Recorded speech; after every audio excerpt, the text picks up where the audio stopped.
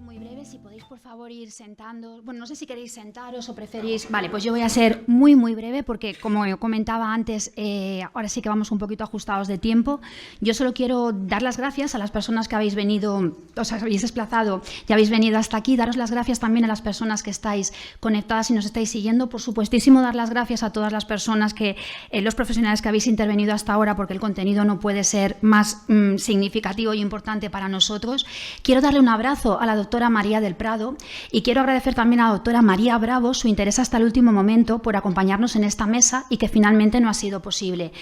Creo que es probable que ambas nos estén viendo. Entendemos que la salud manda, como decíamos antes de empezar, y que a veces, bueno, pues no nos permite hacer ni estar donde nos gustaría.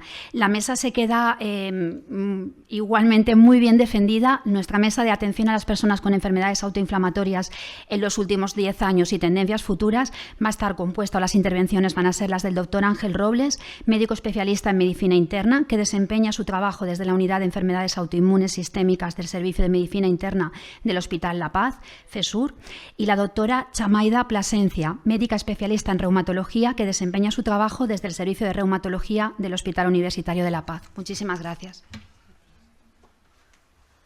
Bueno, buenos días. La verdad que somos dos, tenemos que ser tres. María no puede venir. La verdad que nos gustaría que hubiese venido porque es realmente la coordinadora del CESUR, ¿no?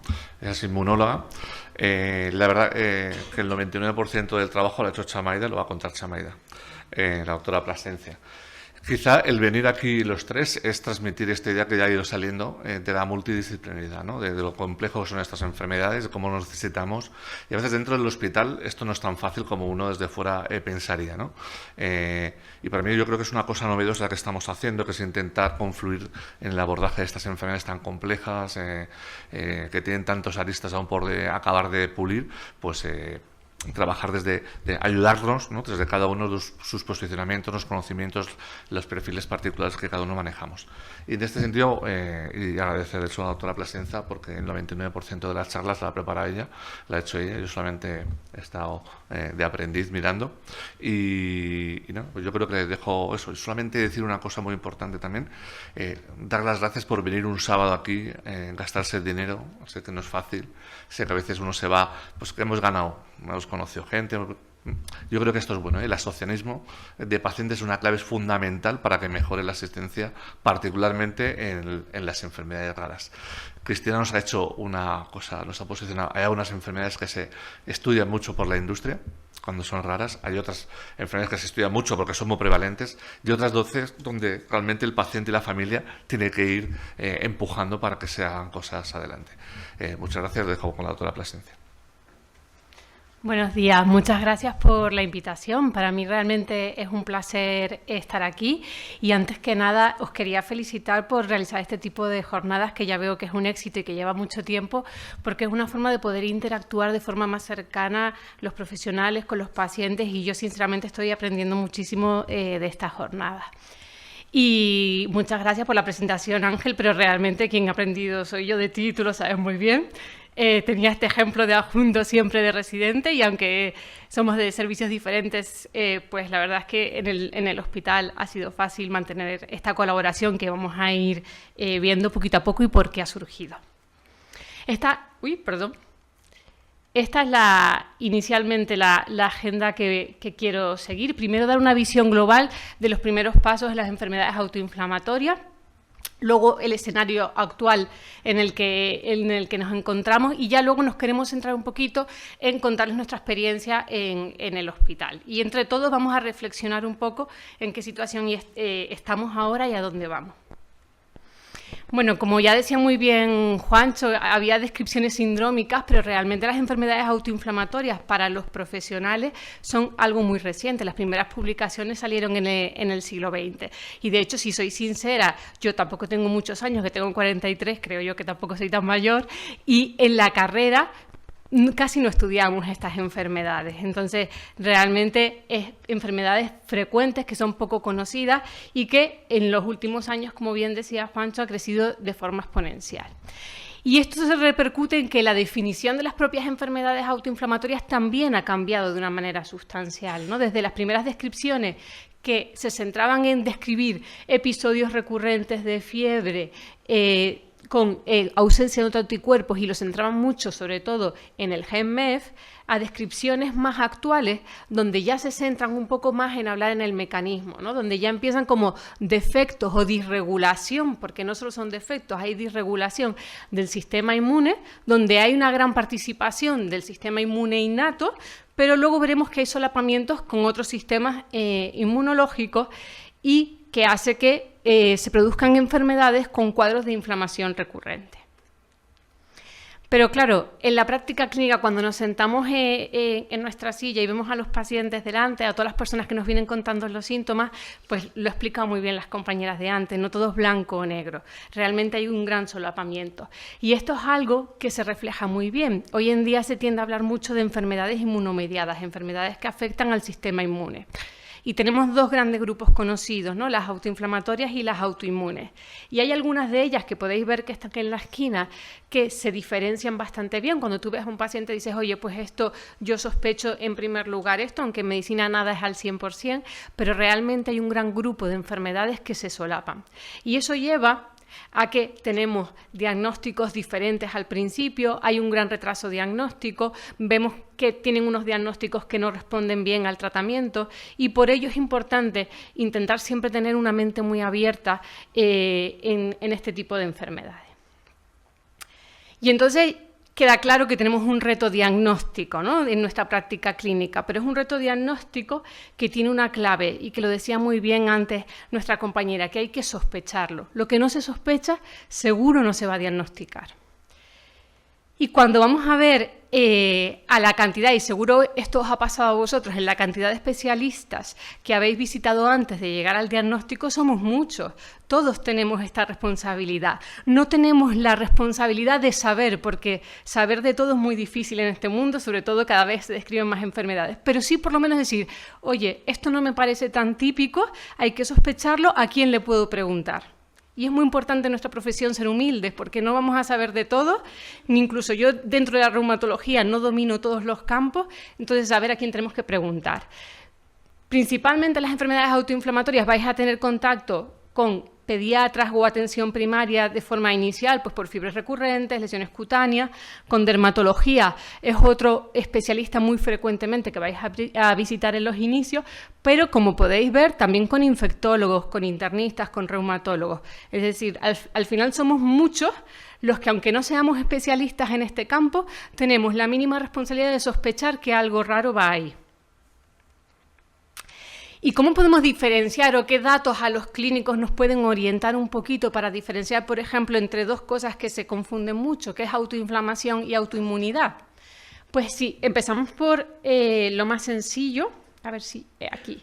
Generalmente las enfermedades autoinflamatorias empiezan en la infancia, y digo generalmente porque, como muy bien contaba Juancho, cada vez vemos que hay más debut de enfermedades en la edad adulta, como por ejemplo el síndrome de Behçet y otras muchas que realmente a lo mejor venían con mucho tiempo de clínica, pero se diagnostican en la edad adulta. Entonces siempre hay que preguntarlo, y para esto hay que tener mucho tiempo también en la práctica asistencial, que muchas veces no lo tenemos, para poder hacer una buena historia clínica, porque esa es la clave de todo.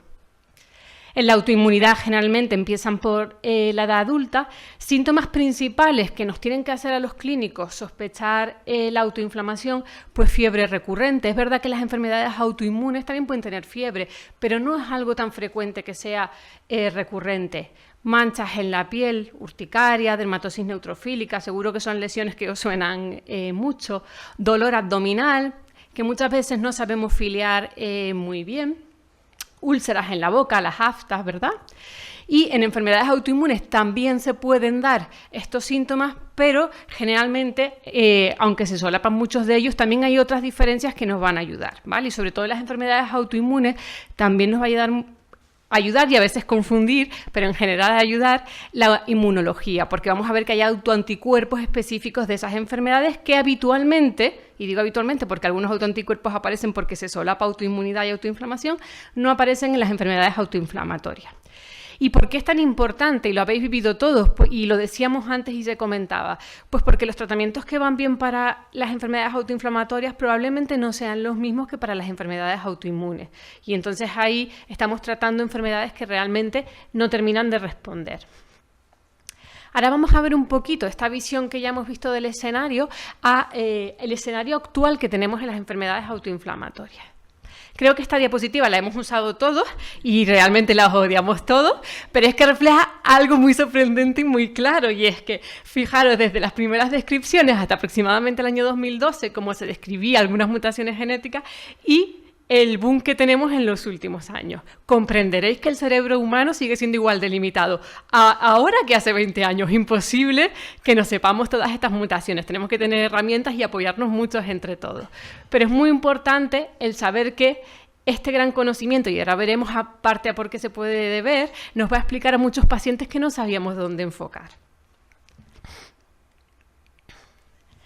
Hemos dicho muy claramente todos también cómo en qué grupos de enfermedades autoinflamatorias hay, enfermedades que son mucho más claras porque son monogénicas, la historia clínica es más fácil porque sabes que lo tiene este paciente, algún familiar lo va a tener, aunque pueden ser mutaciones de nuevo, pero en general es más claro. Luego hay enfermedades poligénicas, donde no solo interviene un gen, sino intervienen varios genes, y encima ahí a su vez interviene lo que nosotros llamamos epigenética, es decir, no solo el gen, sino factores externos epigenéticos, y luego hay otras que realmente no se sabe muy bien. ¿Y no se sabe por qué? Pues porque no se conocen, hay factores ambientales que las asociamos, pero realmente a lo mejor hay mutaciones que, como bien dijo Juancho, realmente hoy por hoy no las conocemos.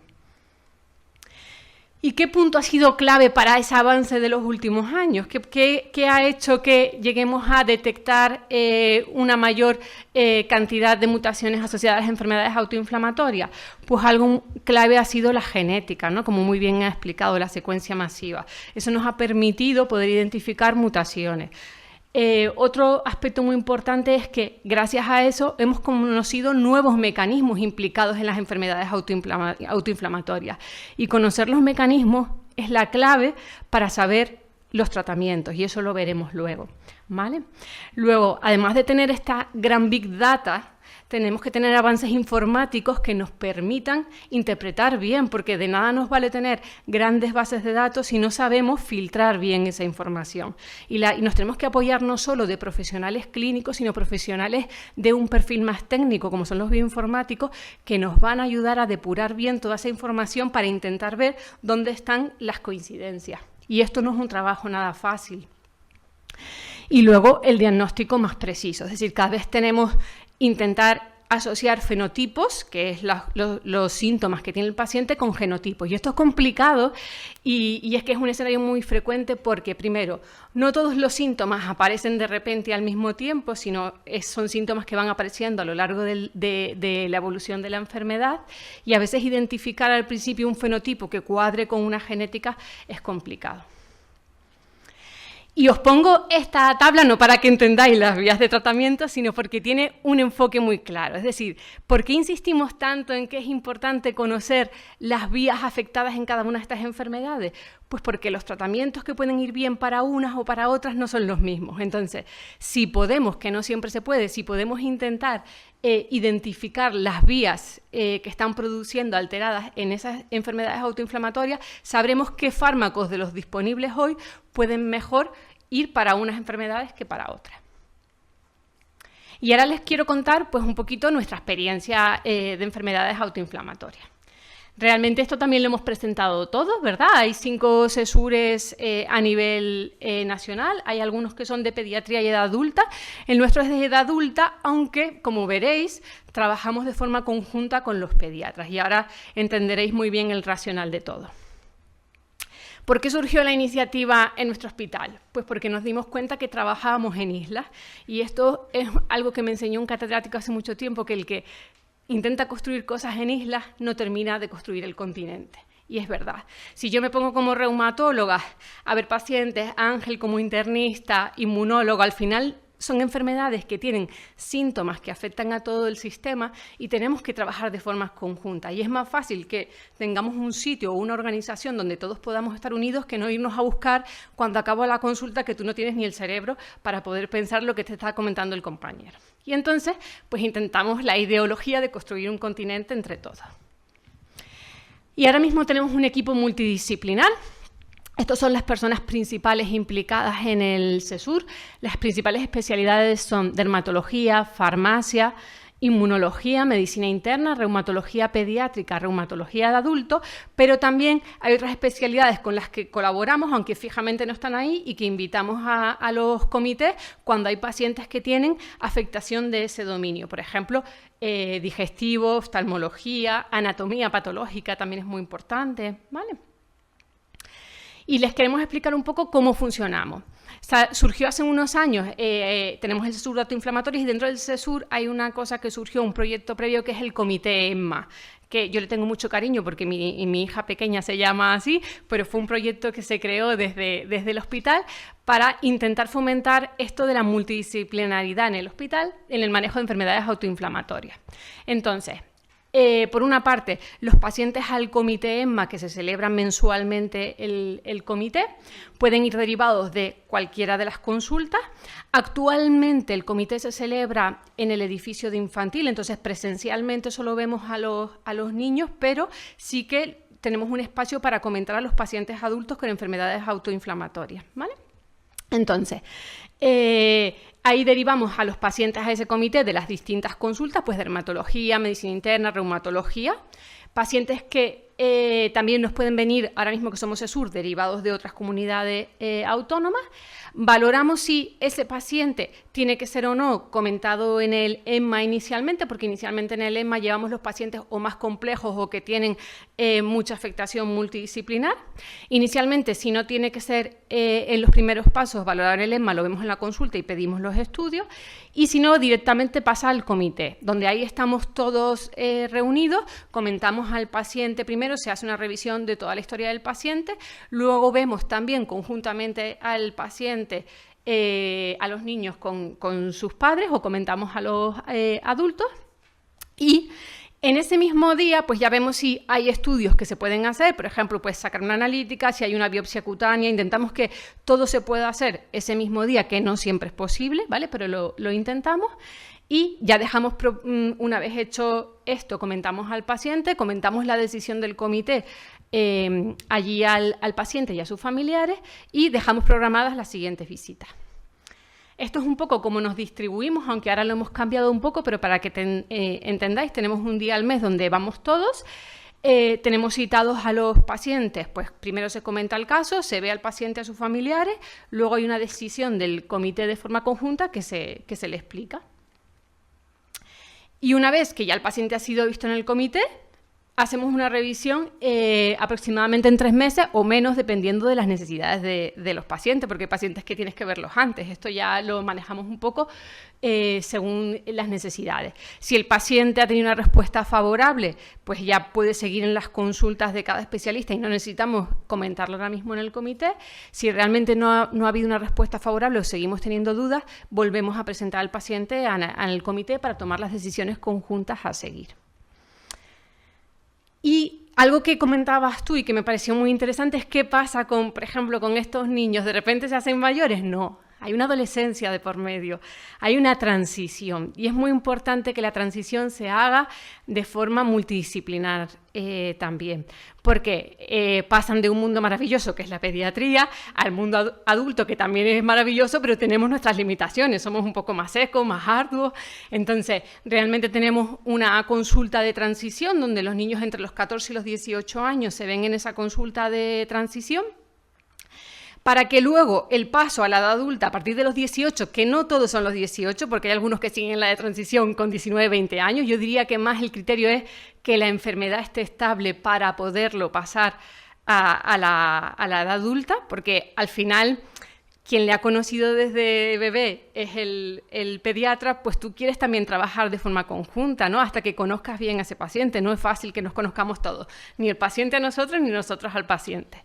Entonces, una vez que ya se estabiliza, pues sí que pasan a la edad adulta, y normalmente en la edad adulta van a tener de referencia al mismo especialista que ha tenido en el periodo de transición. Deciros un poquito los pacientes que hemos comentado en comité. Esta iniciativa empezó en 2023, no la teníamos antes. En el año 2023 comentamos 40 pacientes, en el año 2024 vimos 66 pacientes en el comité.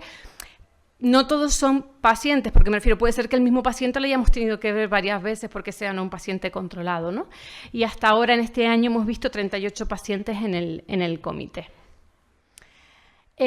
Los datos de farmacia que los analizamos en el primer año, qué fármacos más usados teníamos en nuestra población de enfermedades autoinflamatorias, el más usado, por supuesto, antiinterleuquina 1, antiinterleuquina 6 y anti-TNF, pero también no tenemos un porcentaje desdeñable de pacientes que están con terapia doble, ¿no? Porque al final pues no hemos conseguido controlarlos a lo mejor con un solo fármaco y hemos tenido que recurrir a estrategias de terapia combinada. Y si me podéis dar al vídeo, porque yo creo que es mejor que lo explique yo, pues que lo veáis. ¿Le doy así? Ah, genial. Del Hospital de la Paz, un equipo de especialistas trabaja codo a codo para descifrar un puzzle clínico poco común, enfermedades raras que provocan inflamaciones sin causa aparente en niños. El EMA es un equipo multidisciplinar para el manejo de las enfermedades autoinflamatorias. Realizamos aquí en la UMI, en la Unidad Multidisciplinar Infantil, creada hace aproximadamente un año. Conseguimos que estos pacientes sean valorados en un mismo día por diferentes especialistas. Especialistas que tratan a pacientes de diferentes partes de España. Los citan una vez al mes y reciben un chequeo completo. La consulta multidisciplinar pues mejora nuestra calidad de vida, ya que pues no tenemos que estar viniendo tantas veces en un mismo mes. Lo mismo está aquí farmacia, que genética, que inmuno, que reumatología, dermatología.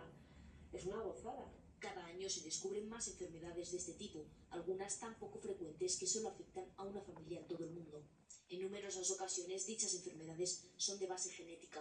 Y es relevante que los genetistas participemos en el contexto clínico de los pacientes porque podemos ayudar a que se conozca la base de la enfermedad y eso a futuro les trae numerosos beneficios, sobre todo pues, a la hora del manejo terapéutico. Casos únicos, pero nunca solos, y detrás un equipo que convierte la rareza en esperanza. Y ahora le doy paso al doctor Robles.